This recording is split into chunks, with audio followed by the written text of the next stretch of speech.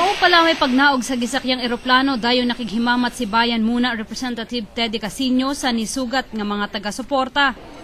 Ang pagtuki sa isyong privatization sa mga electric cooperatives ug planta sa kuryente nga anaa sa Mindanao ang usa sa mga nagunang tuyo niini sa pagbisita sa Butuan City.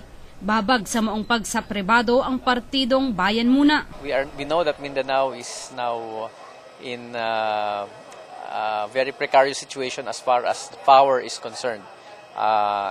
Talagang patuloy ang shortage dito, tapos gusto pang ibenta, i-privatize yung ating mga power assets.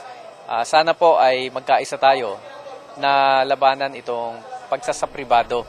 Gipahayag nga usa sa mahimong resulta sa pagsapribado, mutaas ang balay runon sa kuryente, diin tataw nga makadugang og kabugat sa pasanon sa katawhan. Ang aming proposal ay palitan na natin yung Electric Power Industry Reform Act o yung EPIRA.